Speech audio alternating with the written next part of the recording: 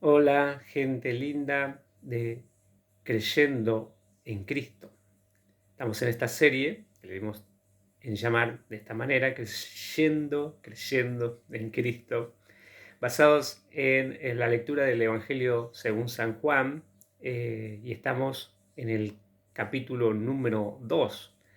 Vamos a considerar hoy algunas ideas basadas en ese capítulo y el título de este capítulo. Recordemos que estamos haciendo un tipo de perfil de la persona de nuestro Señor Jesucristo y le dimos en llamar entonces a esta lección Cristo Jesús, gozo del cielo, y el capítulo base para nuestra reflexión se encuentra en el Evangelio según San Juan, capítulo 2.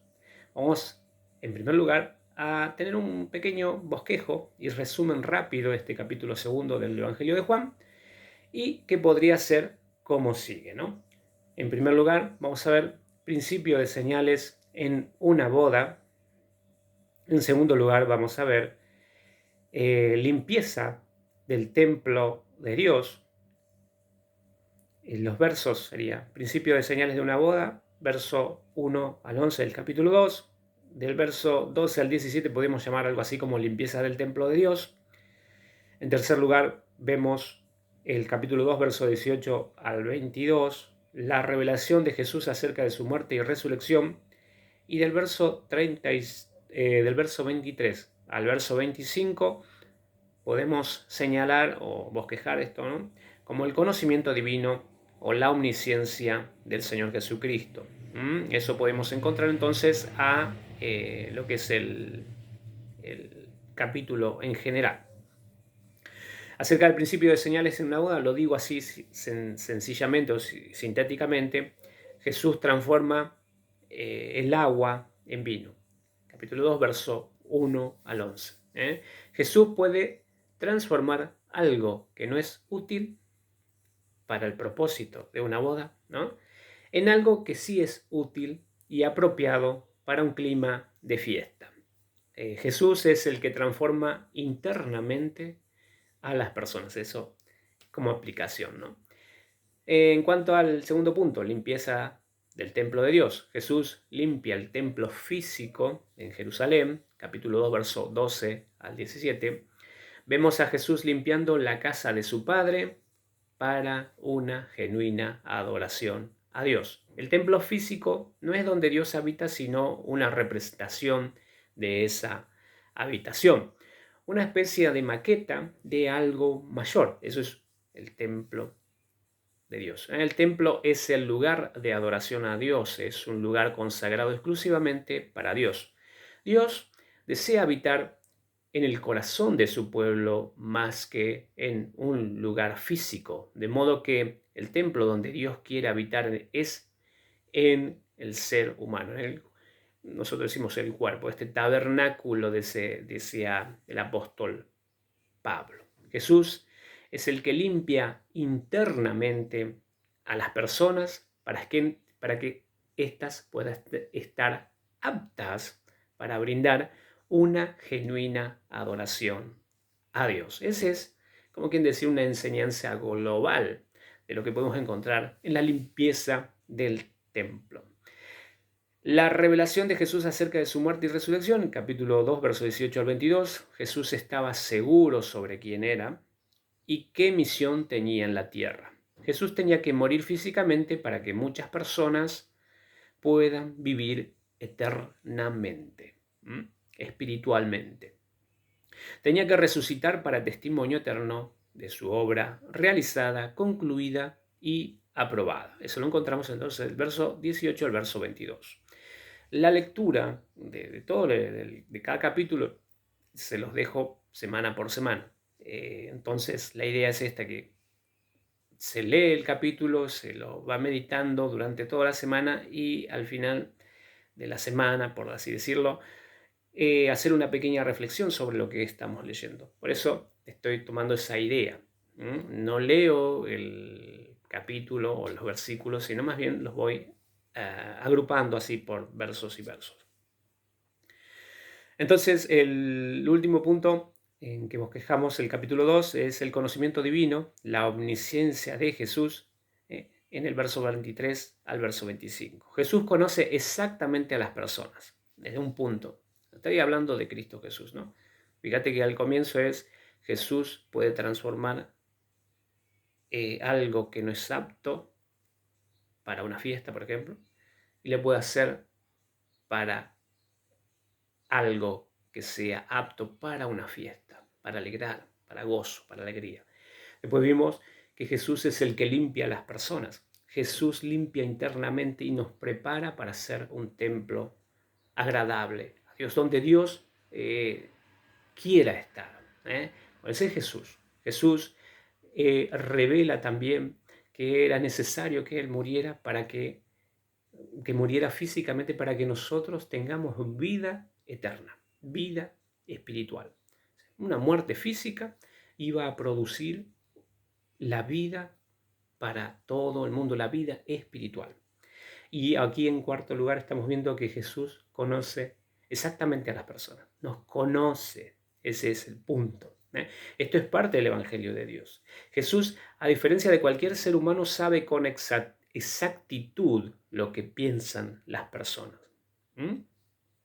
Jesús, a diferencia de cualquier entidad espiritual, sabe con exactitud lo que hay en lo más profundo del ser humano. El conocer del ser interior de una persona es una cualidad divina de la cual ningún ser creado goza. Esa cualidad descrita y aplicada a Jesús nos está diciendo algo sobre quién es este Jesús.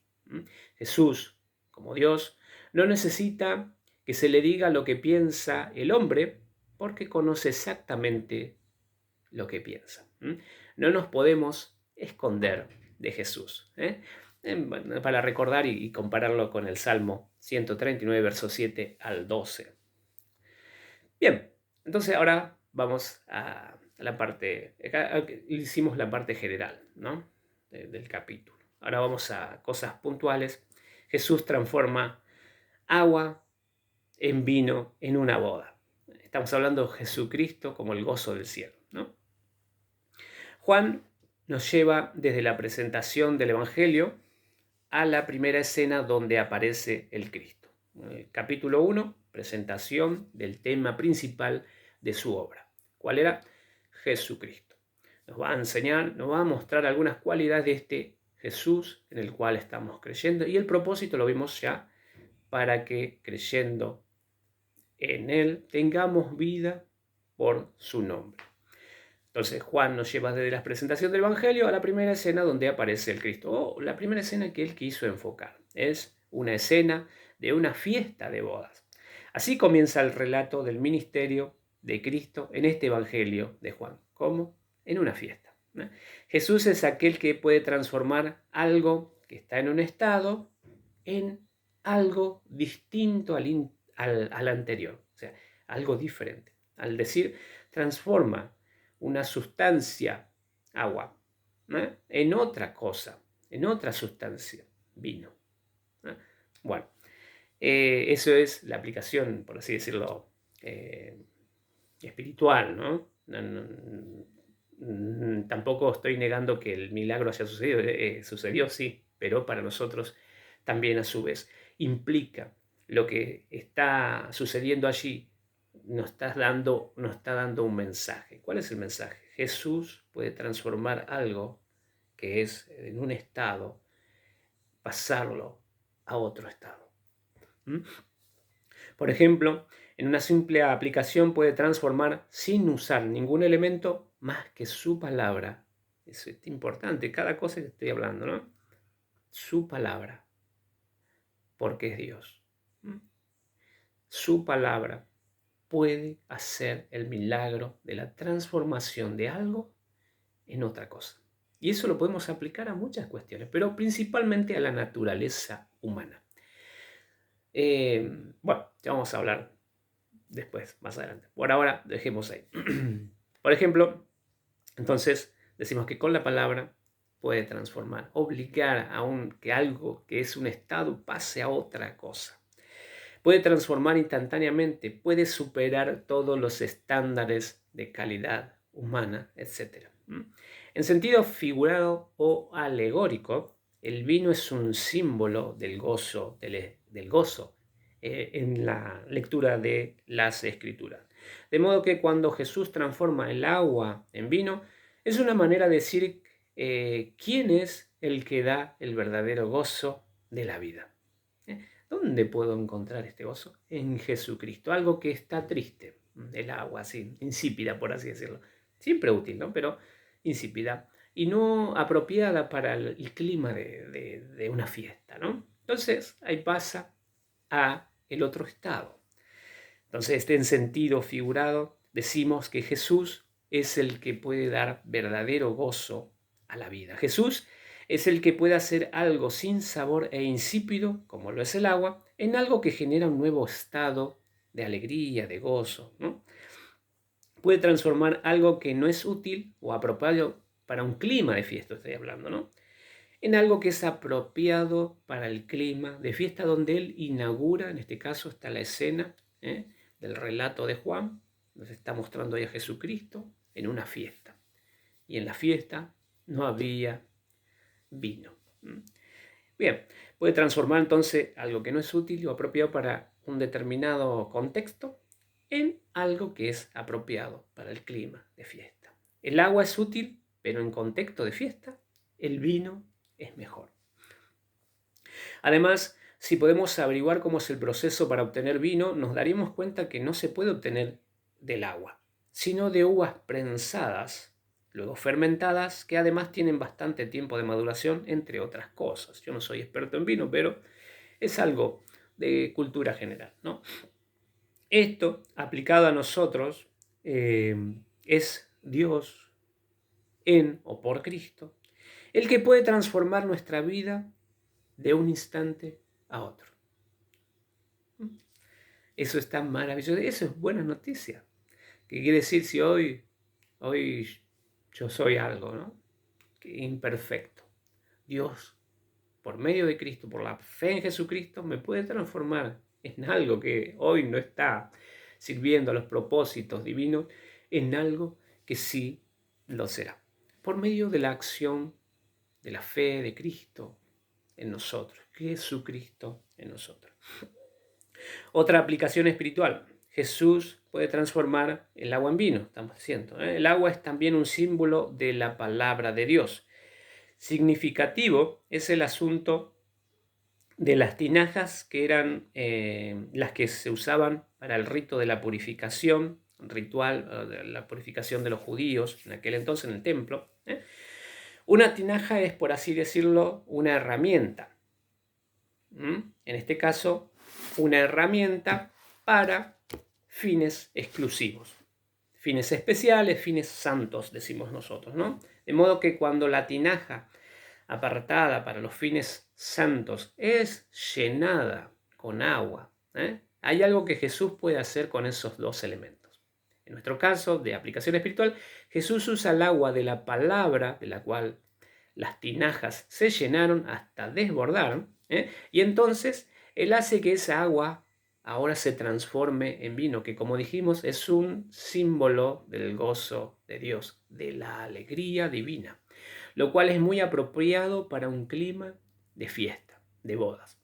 Las bodas, a su vez, es como un estado, es como la vida misma, pero en esa vida con clima festivo, la persona de Cristo es la diferencia a todo otro tipo de vida, que puede aparentar clima festivo, pero no tiene el gozo de Cristo. Entonces, este estado de vida de gozo en Cristo se puede lograr de manera constante, cada vez que somos llenos de la palabra de Cristo. Y esto estoy hablando ya para el creyente, ¿no? El creyente, cuando es lleno de la palabra de Cristo, puede también esperar ser lleno del gozo, de la esperanza de salvación, de la alegría divina, de la verdad de Dios, la cual alumbra nuestra mente, nos aclara el panorama, la vida verdadera, nos habla de Cristo.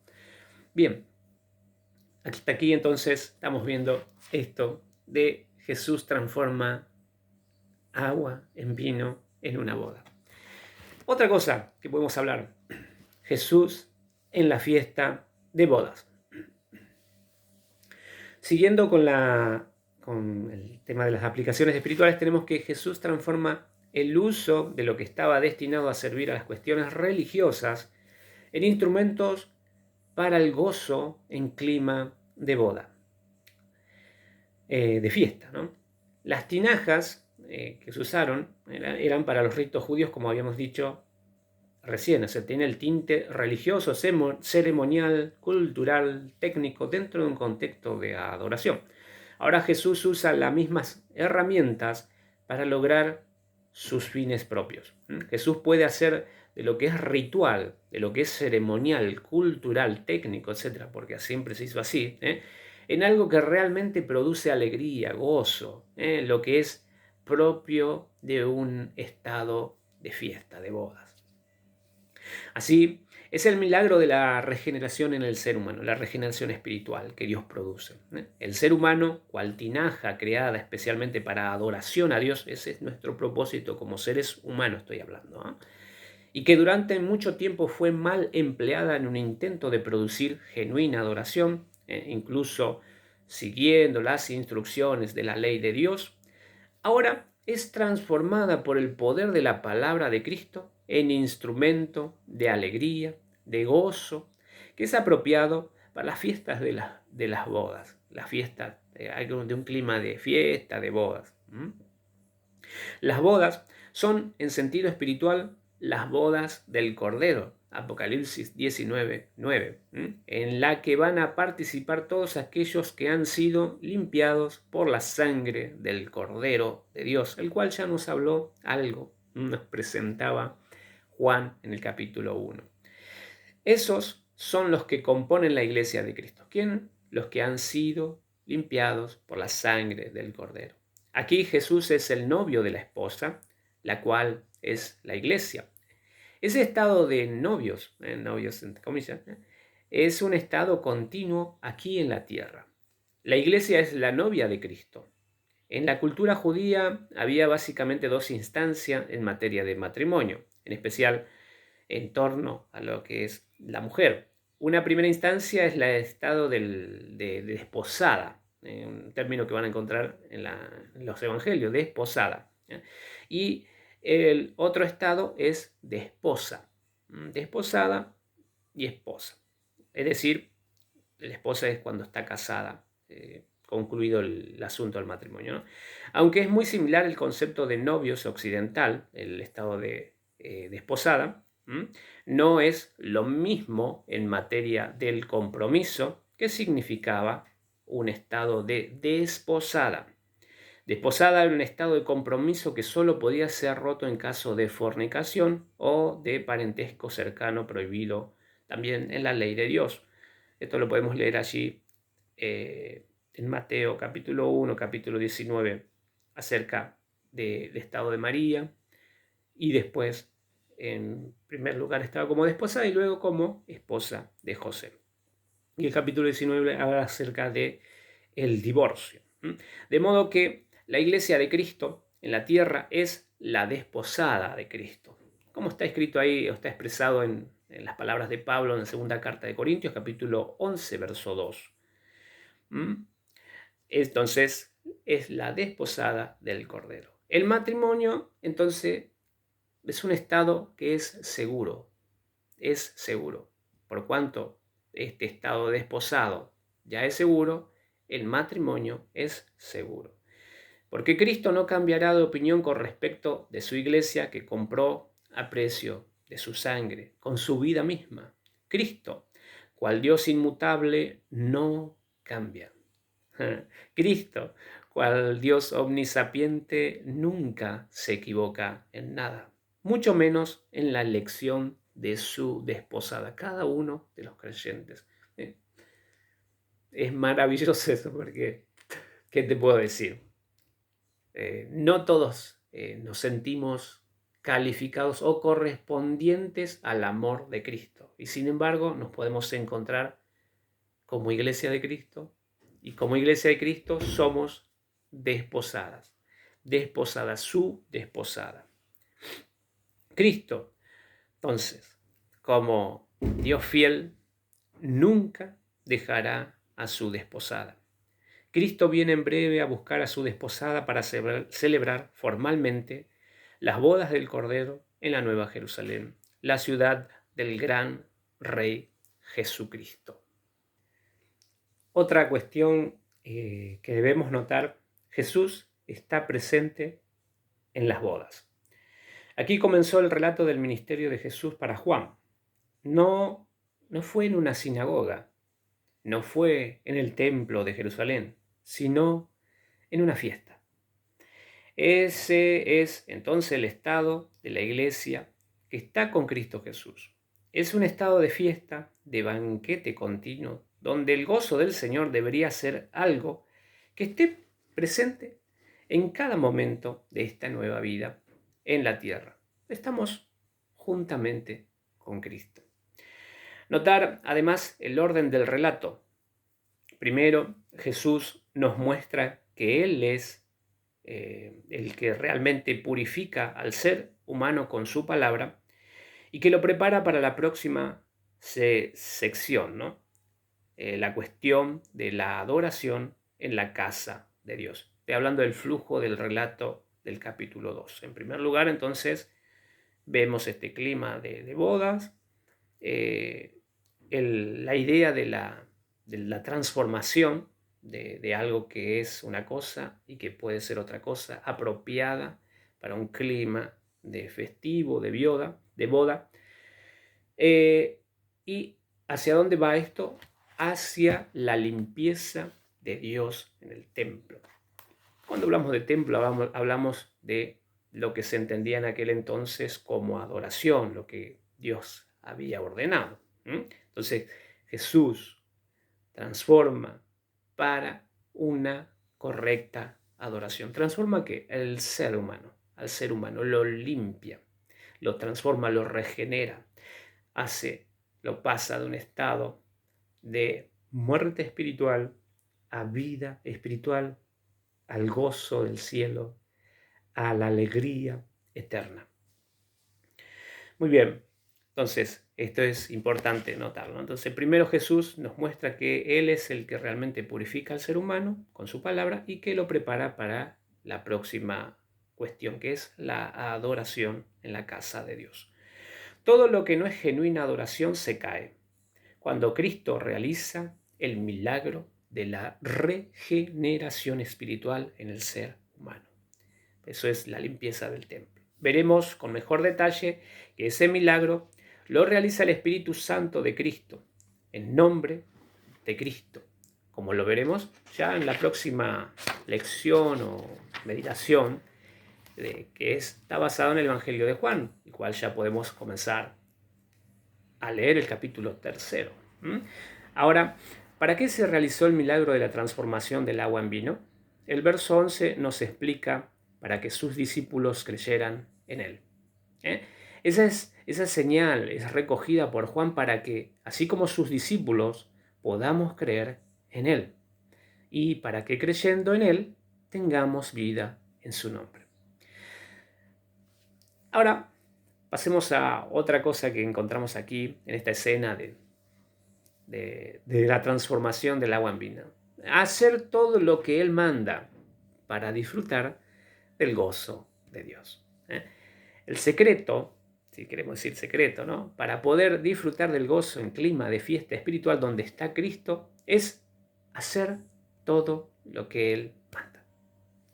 María, quien conocía a Jesús, entre otras cosas porque le tocó el maravilloso privilegio de ser madre del Mesías, pasó mucho tiempo con él, eso es algo que podemos suponer. Les dice a los que querían servir en la fiesta, que aplicado a la vida cristiana es a todos los que quieren servir a Dios en algo, a todos los que quieren ser útiles en la vida. Bueno, ¿qué le dice? Algo que deben tomar en serio. Hagan todo lo que Él les diga. Hagan todo lo que Cristo dice, todo lo que Cristo ordena, todo lo que Cristo enseña. La misma idea que encontramos en las palabras de Dios, el Padre, que dijo: a Él escuchen, a Él oíd. Jesús responde a María: mi hora no ha llegado. Jesús sabía exactamente lo que tenía que hacer, cuándo y cómo. Sabía cuál era la voluntad de Dios Padre para con su propia vida, y en eso se ocupaba. Esto también es para nuestro aprendizaje como creyentes, ¿no? Como Cristo necesitamos saber con mayor precisión la voluntad de Dios para la vida, para poder hacer todo lo que Él manda. Si hemos de disfrutar de un estado continuo de gozo espiritual que es apropiado para un clima de fiesta espiritual, entonces necesitamos conocer y aplicar la voluntad de Dios nuestro Padre. Muy bien, ya para ir concluyendo nuestra sesión, estamos ya para la última parte, ¿no? Vamos a hablar acerca del templo de Dios. El templo de Dios. El templo de Dios comenzó con la figura del tabernáculo que ordenó Dios a Moisés. En Éxodo capítulo 25 al 40 encontramos esa información. Era una carpa destinada para adoración a Dios. Carpa, una forma de decir, ¿no? Una carpa que acompañaba al pueblo durante toda la travesía de Israel en el desierto. Con el tiempo, ese tabernáculo que era movible, llegó a tomar la forma amplificada en un templo físico y estático. Pertenecía a una nueva generación de personas que creían en el Dios de Israel. Ese pueblo que antes andaba por el desierto ahora estaba en una tierra definitiva. Por lo tanto, un templo físico en un lugar fijo era apropiado para el culto de adoración a Dios. Estaba el pueblo de Israel en una tierra, la tierra de la promesa. Por lo tanto, como estaban quietos, podían también construir esto de forma estable. Ahora, la idea divina siempre fue: háganme un tabernáculo y habitaré entre o en ustedes. Está escrito eso en la ley de Moisés. De modo que Dios dijo que quería habitar más que en un tabernáculo, una carpa, un templo físico, en la misma persona, en el ser de la persona. Yo digo cuerpo físico, ¿viste? Pero en realidad es todo un concepto que va desde la mente y que gobierna todo el ser. Es el continuo pensar, la presencia continua de Dios, la conciencia, conciencia presente de que Dios está dentro de nosotros, ahí gobernando desde lo que pensamos hacia lo que hablamos y lo que hacemos. Entonces, hágame un tabernáculo y habitaré entre ustedes. Eso está escrito ahí, son intenciones divinas. Entonces, Dios no solo quería habitar en un tabernáculo físico, en algo físico, sino sobre todo en el corazón del ser humano. Así, con la llegada de Jesús y con su obra en la cruz, Dios puede venir a residir en templos humanos que han sido limpiados por la sangre del Cordero de Dios. Esa casa de Dios es casa de oración, casa de adoración a Dios. Es siempre en espíritu y en verdad, como también lo veremos en el capítulo número 4 de Juan. Entendiendo ese principio, notemos que Jesús se refirió a su propio cuerpo como el templo de Dios. Dios hablando de manera plena en el cuerpo humano de Jesús.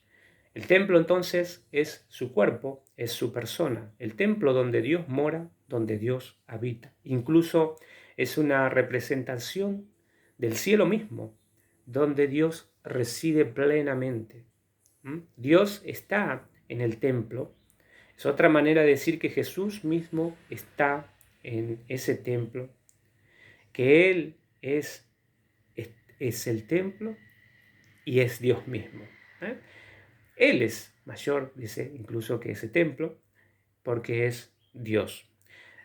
Y en ese templo está Dios el Padre, visto desde otro punto de vista, de otra manera de decir, ¿no? que son de la misma familia, la misma cosa, que tienen relación íntima y particular. Cuando hablamos de que Dios está en el templo, también estamos hablando del mismo Cristo. Estamos hablando de la misma persona, la misma esencia. Estamos hablando del mismo Dios. Cristo, Dios el Padre. Cristo Jesús el Hijo, Dios el Padre. La misma esencia, la misma naturaleza. Bien, por lo tanto también al morir Jesús en la cruz es como una figura de la destrucción del templo externo. Hablando otra vez, enfocándonos en lo que Jesús decía, ¿no? Yo soy mayor que el templo, incluso él se presentaba a sí mismo como el portador de la presencia divina. Esto es a los fines didácticos, porque lo que estoy hablando es muy genérico, muy general, tómeselo así. Es simplemente para fines ilustrativos. El cuerpo de Cristo, el cuerpo físico hablando, como un templo, ¿no? Como algo que contiene algo. ¿Qué contiene? Contiene la esencia divina, la presencia divina, a Dios mismo. Por lo tanto, cuando muere en la cruz del Calvario, ¿qué se simboliza ahí? La destrucción de ese cuerpo físico. Y, sin embargo, lo que había dentro, inmortal, indestructible, la presencia de Dios, Dios, indestructible. Entonces, lo que se simboliza ahí, entonces, la destrucción del templo externo. Sin embargo, como decíamos recién, lo que contiene dentro de ese templo es indestructible. ¿Qué es más importante entonces? Este es el punto. ¿Lo externo o lo que hay dentro? Lo que hay dentro es de características eternas, indestructibles, no perece jamás. Eso es, entonces, lo que decimos con lo que hay dentro de ese templo es indestructible, es eterno. Por lo tanto, también esta es la otra noticia. Vuelve a la vida, a la expresión externa, pero en algo diferente.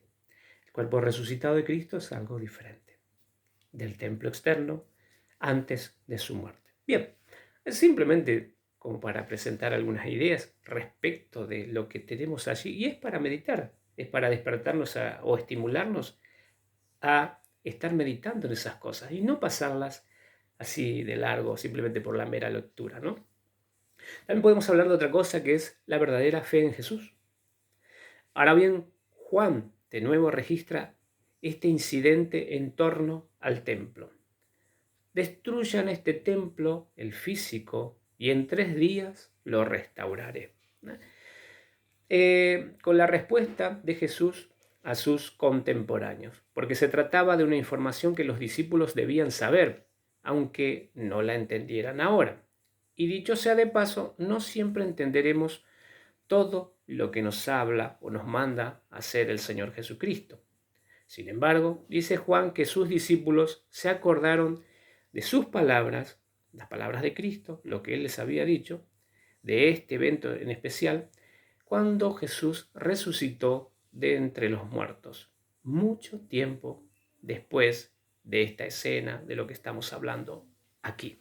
Y así sucede también con la madurez en la fe del creyente. El creyente no siempre comprende todo, pero debido a que Jesús lo dijo, como decíamos recién, hagan todo lo que Él les mande. Y muchas veces no entendemos todo lo que Él nos manda. Pero lo cierto es que en algún momento lo comprendemos. Decimos por esto, por aquello. Jesús manda. No siempre necesitamos entender todo. Bien, también hay una falsa fe en Jesús en esto que estamos leyendo. Al leer los versos 23 al 25 de este Evangelio de Juan, capítulo 2, notamos el contraste entre los que, si bien ahora no entienden todo, esos son los creyentes, ¿no? Pero sin embargo creen en la persona y obra de Jesús, y hay un contraste con aquellos que vienen a Jesús no por su persona ni su obra redentora en la cruz, sino por sus cosas, por sus milagros, por el pan, por la moda, por la especulación o cualquier otra cosa, ¿no? Esos, aunque estén cerca de Jesús, no pertenecen a Él. Aunque haya muchos que profesan creer en Jesucristo, Jesús sabe muy bien quiénes son suyos y quiénes no. Como también lo vimos ahí en Juan capítulo 1, verso 11 al 12. En los que les recibieron, les dio la potestad de ser hechos hijos de Dios, los cuales no son engendrados por voluntad humana, sino que son engendrados de Dios. Y hace el contraste en el versículo 11, ¿con quién? A los suyos vino y los suyos no la recibieron, pero los que le recibieron, los que creen en su nombre, a estos le dio la potestad de ser hechos hijos de Dios. No hay forma de engañar a Jesús. No hay forma de que Jesús crea en las personas que dicen amarlo, pero Él sabe que no lo aman de verdad. No hay manera de engañar a Cristo. Él sencillamente nos conoce. De modo que no se trata de estar cerca de la verdad, cerca del templo, cerca del Maestro, cerca de Cristo, sino que se trata de que Él nos conozca para salvación, que Él tenga un vínculo íntimo con nosotros, que Él nos haya conocido desde la eternidad. Hay personas que creen en el Jesús de la historia, creen que Él hizo muchos milagros, creen en un Jesús que hace muchas señales, pero Jesús conoce al ser humano muy profundamente, sus verdaderas intenciones, lo más profundo de su corazón. Notar que para el tiempo donde esto sucede, había también una fiesta, la fiesta ritualista de la Pascua judía. Una Pascua que externamente cumplía todo lo que se le demandaba en la ley de Moisés, sin embargo, realizada por personas que tenían el corazón que estaba lejos de Dios, por personas que no amaban a Dios como Él debe ser amado, por personas naturales que con sus labios honran a Dios, pero su corazón está muy lejos de Él. Y Jesús lo sabía muy bien. Él podía ver dentro de cada corazón de las personas que venían a adorar a Dios en el templo de Jerusalén.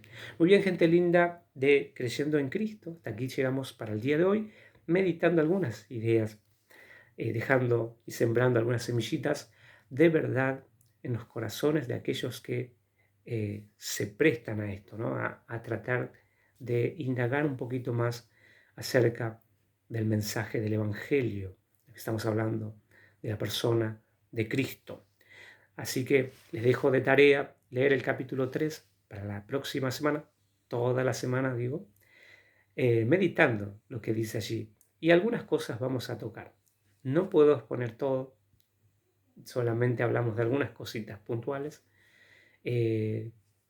como para ir estimulándonos al aprendizaje y a introducirnos a la lectura y meditación, y estar dispuestos a que Dios nos abra el entendimiento, nos enseñe su verdad, sobre todo para aplicarlo a la vida, para aplicarla a nuestro diario vivir como creyentes, como hijos de Dios, para que, como está escrito, ¿no?